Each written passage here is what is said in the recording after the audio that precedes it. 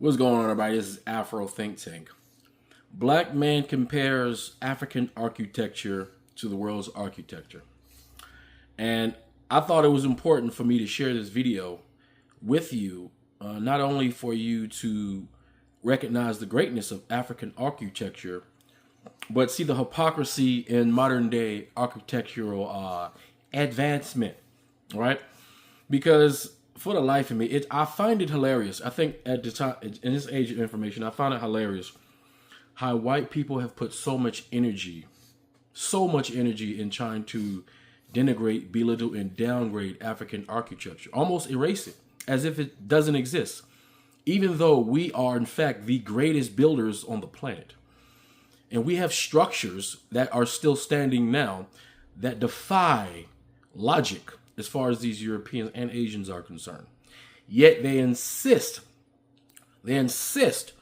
on associating us with the most primitive forms, which they believe, as far as they're concerned, the most primitive forms of architecture, just to try their best to say that we've never done anything and we cannot do anything. Even though in their own libraries and in their own museums, right, they have all of the proof of our archaeological, not archaeological, of our achievements when it comes to architecture, right? They have all of our archaeological artifacts as well. That's why I got mixed up. And the only thing that makes these prestigious museum institutions prestigious is because they have prestigious African art and works in them, right? You see how it's the way you think that matters, right? And we have the pyramids, which we Africans built, the ones that look like me and dark-skinned versions of me and very other different versions of me who built those pyramids, the Great Wall of Benin. And the architecture that we see in Africa right now that still remains, right, despite all the Arab and European raiding, it's still a small sample size of the greatness that Africa has produced over the millennia. And I believe that once we start taking over these fields, we will discover even more greatness that we have. But let's go to the basic mud hut, right? That they love to say, oh, look at you Africans and your mud huts, as if their straw shit clay houses were better than our mud huts, right? Keep in mind, Europeans built their houses with cow shit and hay. Yet they talk about our mud huts. But in fact, if you see what's happening today, come to find out that those mud huts, which they wanted to, deem as primitive, is actually advanced technology that worked the first time, and that the Europeans' design of architecture actually has been failing them in Europe as we speak at the moment, and it's inefficient, right? Because the way Europeans and Asians build causes unnecessary problems, as far as cohabiting. When the mud hut, which is advanced technology utilizing the natural earth underneath you to build a structure that you don't need air conditioning, right? That you don't need to worry about bugs eating up the wood in your house. Why? Because your house is not made of wood, right? You don't have to worry about having fire hydrants and things like that because your structure is fireproof. Because the mud hut, in fact, is the superior architectural achievement, to the point to where now white people, like they always do, want to rename it, right? To wrap their, to whitewash it and now say it's the latest and greatest in architectural technology, right? They call it rammed earth, utilizing earth, right? The earth that's right underneath you, mixing it with some concrete, and creating a superior structure. As a matter of fact, the domed structure is actually the superior structure. The rounded house is the superior structure. It's stronger. And here's another thing. It also is organic. Therefore, you have to move. Guess what? You don't have to worry about destroying the environment. And you know what else? No matter where you go, you always have the materials to build anything. We still have structures that's made of mud, as they say, that are still standing today, while we have many buildings that these Europeans have built, right, that are no longer standing, right, made of their so-called advanced technology, right? But as you can see, in the age of information, we're starting to share the fact that we are, in fact, who we say we are, right? And we are nothing like who they say they are. And everything that they do, every accusation from these Europeans is a confession, right? Every accusation is a confession. The Europeans have been advanced savages. There's a difference between being advanced civilizations and advanced savages. They are advanced in their savagery, but they're not advanced when it comes to living and cohabitating with the world. And yes, mud huts are superior than these tinder boxes that the West currently lives in now. And I really do encourage African architectures to lean more into the African designs, because clearly the patterns and the designs and the artwork that we create are so attractive that the Europeans can't help but to steal it, while at the same time saying that we are inferior. While they, the inferior ones, when it comes to this particular subset of life, of civilization building, right? I guess they just have to, so they can sleep at night, so they can feel good, make themselves feel good, they have to just lie, right? But in the age of information, the lies are being exposed, and African people need to be proud of their architecture, achievements, their historical architectural achievements. Hell, we built America. We designed and blueprinted it for them. We carved the Panama Canal, literally through a continent. Africans did that. African American soldiers are the ones who built bridges in impossible places in the north. I think it was in North Pole, Canada. It was during one of the wars. It was one of those very cold tundra places that the European, who is adapted to cold weather, couldn't do. In their mind, it was impossible, but those African army engineers, they did it, right?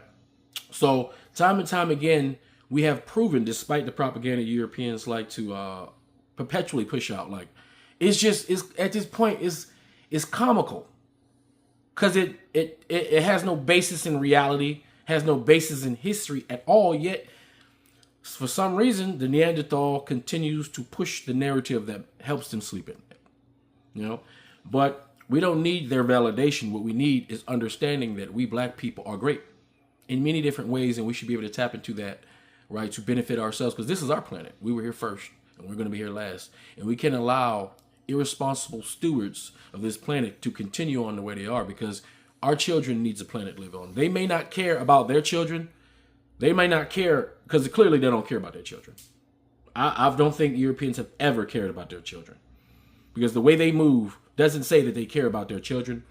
They don't care about their grandchildren or their grandchildren's children. But we do care about our children, right? So we have to take control, right, of all aspects of society in order to utilize the technologies that we invented, improved, and that, because we were right the first time with those mud huts, right?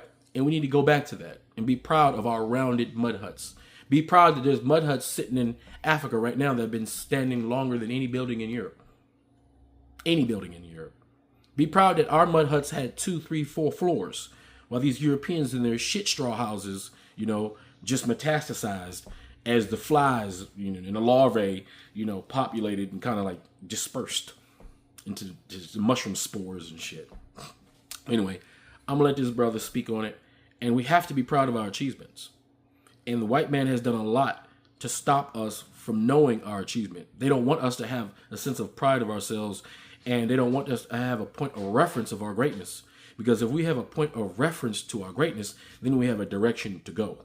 If we have a direction to go and a motivation to get there, as black folks, we're going to get there.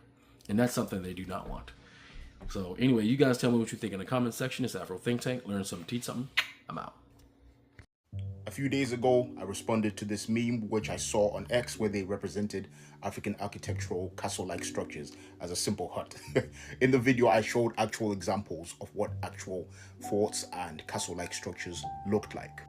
Now, that video went pretty viral on Instagram, and I posted it on YouTube, and then someone reposted it without giving me credit. All you had to do was put in the description, "This is the Lion Clan Chief's video. Go to his channel. Go watch his videos." Come on, bro. Now, many people loved it, and they said they learned something new about African architecture, which was my goal.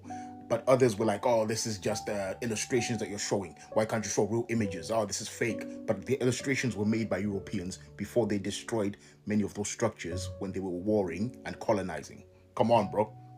Anyway, for those who want images, here they are. Have a look. This is from the royal enclosure of Faisal Gabi in Gondar, Ethiopia. This is the castle of Fasilides, Emperor Fasilides. Now, just note, it's not one building, it's multiple buildings in a royal enclosure. They had libraries, bathhouses, and even other palaces which belonged to successor emperors. For example, there's an emperor called Dawit III who had his own palace and hall built there as well, and multiple others. And this is Tichit in Mauritania. This was built by the Soninke people, who are relatives of the Mande people. The Mande people are the ones who made the Mali Empire. The Soninke are believed to be the ones who created the Wagadu Empire, aka the Ghana Empire, the earliest well-known empire from West Africa. The architecture style you're seeing here is Sudano-Sahelian architecture, like the Segu Palace. However, the Segu Palace has more mud brick instead of stone. The earliest form of Sudano-Sahelian architecture was actually stone. Then they used mud brick and covered it with mud. So it's not just a mud hut like people are saying, oh, you're showing mud huts. No, it's not just mud huts. It's mud brick, stone, and wood, all right? And this is a Dervish royal enclosure wall from Somalia. This was taken luckily before the British destroyed it and defeated the Dervish. The Somali have a rich history and rich architecture. They have hundreds of these all over their country. Somalia, like I said, is very underrated when it comes to history. People need to dig into it, and there's various other examples. So if you're from Somalia, I know there's hundreds of other examples I could have shown, but this is just an example. People can dig in and look into this further themselves, all right? And this is for my direct culture and heritage. This is the Great Enclosure of Zimbabwe. Like with the other examples I've given, there's multiple areas of these structures. For example, the Great Enclosure, the Hilltop Ruins, and the Valley Ruins at Great Zimbabwe. That's one. Now, there's multiple sites of these type of structures, a lot smaller though, in modern-day Zimbabwe and surrounding nations. So there are thousands of examples I can show in image form as well as illustrations. However, I can't do that in less than 3 minutes, unfortunately. So if you want to learn more, you're gonna have to watch my long-form videos where I cover African architecture. All right? Peace. Free Sudan! Boycott diamonds and gold! Free Sudan! Boycott diamonds and gold! We most definitely cannot forget about the people of Sudan! Thanks for watching Afro Think Tank. Don't forget to like, share, and subscribe. And follow me on Substack and Patreon for more content. Remember, it's Pan-Africanism or nothing.